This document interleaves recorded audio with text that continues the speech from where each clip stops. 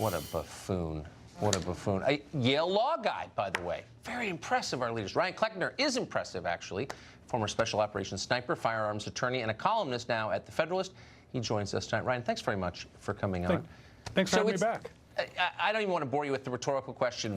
What could we have done to prevent this or that shooting Cory Booker has done? I mean, how fraudulent does this position have to be before all of us stop playing along and stop pretending that it's about safety? It's not about safety, obviously. It's not. It's absolutely not about safety. There's not a single thing in Senator Booker's proposal that would have done anything to help the tragedy that happened in Virginia Beach. I mean, he's proposing universal background checks.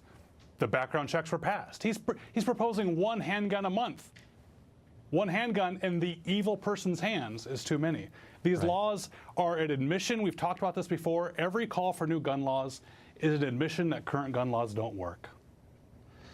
What bothers me is the idea of the society fracturing, of, of disorder in the country, of, what would happen if you actually tried to start taking people's guns away, law-abiding citizens' guns away. And there's normal people who've checked every box and done everything they've been asked to do, and then the federal government, some leaders says we're taking their guns. I mean, what would happen to the country?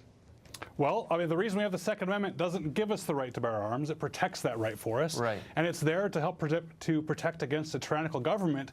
But on the other side, I'm nervous, Tucker. I hate to admit it, but I used to live in Connecticut when they came out with the assault weapons ban, the so-called assault weapons ban, and people turned them in and they obeyed. I would hope, at least if it happened on a federal scale, that people would wake up and realize this is exactly the reason. When you have a politician telling you that you don't need a gun, that's when you need a gun. So I hope people figure out what's going on here. I hope people see through these lies, and that's part of the problem. When these lies are coming out, they're not only not doing any good, they're misleading people. It's just it's so clearly a form of social control.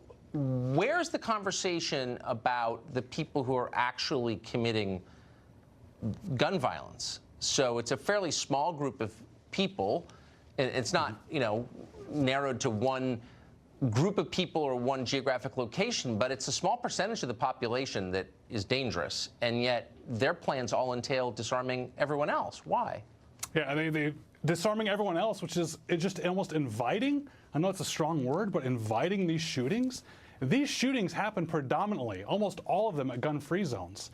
Yeah. The tool doesn't matter. The common denominator of any one of these mass terrorist type events is a deranged evil person bent on hurting innocent people. Well, whether they use a box cutter on 9/11 or bombs in Texas or the marathon bomber in Boston, the tool is not going to stop them. I mean, we already have murder is already illegal. We even talked about this before.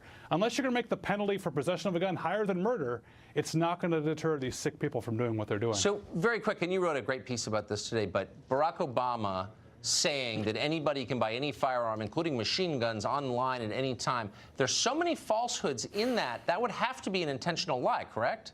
Absolutely. Well, and it wasn't told here. That's another hint to me that it's an intentional lie. He has to know better. And now here he is again traveling to foreign countries talking bad about America. Well, that's right. That's the deeper point, which I'm glad that you made. Ryan, thank you very much. Good to see you. Thanks for having me on, Tucker. Well, the crisis on our southern borders...